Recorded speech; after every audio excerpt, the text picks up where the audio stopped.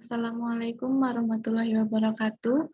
Perkenalkan, nama saya Zulaika, saya siswa Latsar CPNS Kementerian Pertahanan, gelombang 5 kelompok 2. Di sini saya ingin menjelaskan tentang akuntabilitas. Yang pertama, akuntabilitas. Akuntabilitas artinya adalah pertanggungjawaban atau bisa dipertanggungjawabkan. Berikutnya ada aspek-aspek akuntabilitas. Yang pertama ada accountability is a relationship. Itu artinya akuntabilitas adalah sebuah hubungan dari antara individu, kelompok yang perlu dipertanggungjawabkan.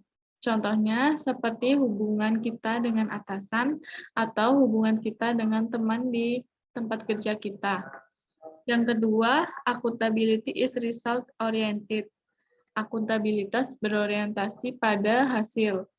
Itu maksudnya adalah mempertanggungjawabkan pekerjaan kita pada hasilnya. Contohnya bagi perawat, membantu program pemerintah seperti program pelaksanaan vaksin COVID-19 agar mendapatkan hasil berkurangnya kasus COVID-19 di Indonesia. Berikutnya, yang ketiga adalah accountability requires reporting. Itu adalah akuntabilitas membutuhkan laporan, yang berarti mempertanggungjawabkan pekerjaan kita dengan membuat laporan tentang pekerjaan yang kita lakukan. Contohnya, seperti perawat membutuhkan laporan perkembangan kesehatan pasien untuk mengetahui perkembangan kesehatan pasien setiap harinya. Dan yang keempat, accountability is meaningless without consequence. Itu akuntabilitas memerlukan konsekuensi. Artinya dalam pekerjaan bisa dipertanggungjawabkan dan membutuhkan konsekuensi. Contohnya, bila perawat lupa mencatat tindakan keperawatan yang ada di laporan pasien, apabila tindakan tersebut seperti memberi obat yang salah, maka perawat tersebut akan mendapatkan konsekuensi atas perbuatannya. Berikutnya, yang terakhir, yang kelima adalah accountability improve performance. Itu akuntabilitas memperbaiki kinerja. Artinya kita harus terus meningkatkan kinerja kita dengan baik. Contohnya, dalam pelayanan kesehatan, kita harus memberikan pelayanan yang terbaik pada pasien dan terus meningkatkannya.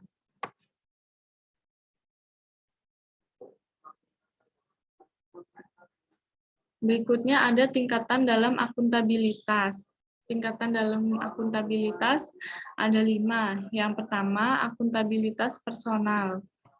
Artinya terkait pada pertanggungjawaban kita dengan diri kita masing-masing. Yang kedua ada akuntabilitas individu.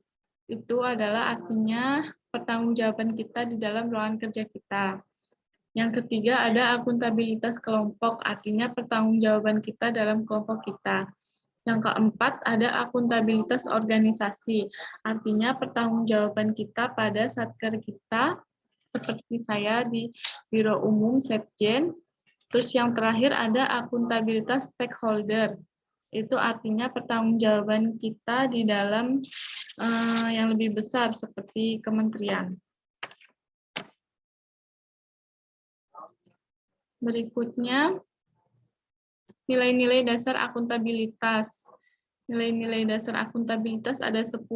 Yang pertama ada kepemimpinan, yaitu memberi contoh kepada orang lain memiliki komitmen yang tinggi dalam melakukan pekerjaan. Jadi kita memberi contoh kepada orang lain atau anggota kita sebagai pimpinan. Yang kedua, transparansi. Tujuannya mendorong komunikasi dan kerjasama, meningkatkan akuntabilitas dalam keputusan-keputusan, dan meningkatkan kepercayaan dan keyakinan kepada pimpinan. Jadi saat kita melakukan pekerjaan, kita harus transparan agar bisa dipercaya oleh pimpinan atau teman kita. Yang ketiga ada integritas, kesesuaian antara perkataan dan tindakan. Jadi dalam pekerjaan, perkataan dan tindakan kita harus sesuai dan tidak ada yang ditutup-tutupi. Yang keempat ada tanggung jawab, kewajiban dari individu atau lembaga terhadap setiap tindakan yang telah dilakukan. Itu tanggung jawab, misalnya kita melakukan pekerjaan sesuatu, kita harus ada tanggung jawabnya sampai pekerjaan itu selesai.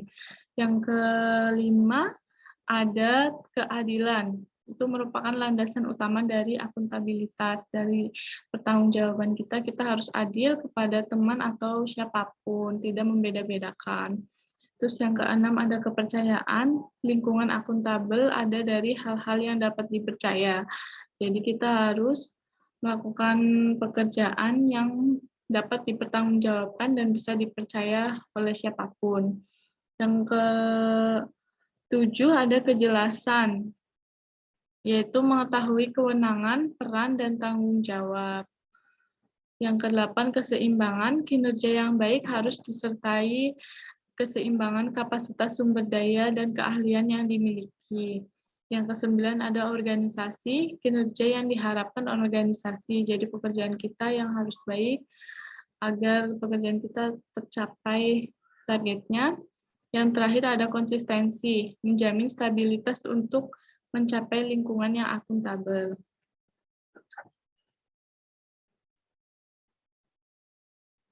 Ya, sekian dari saya. Terima kasih. Wassalamualaikum warahmatullahi wabarakatuh.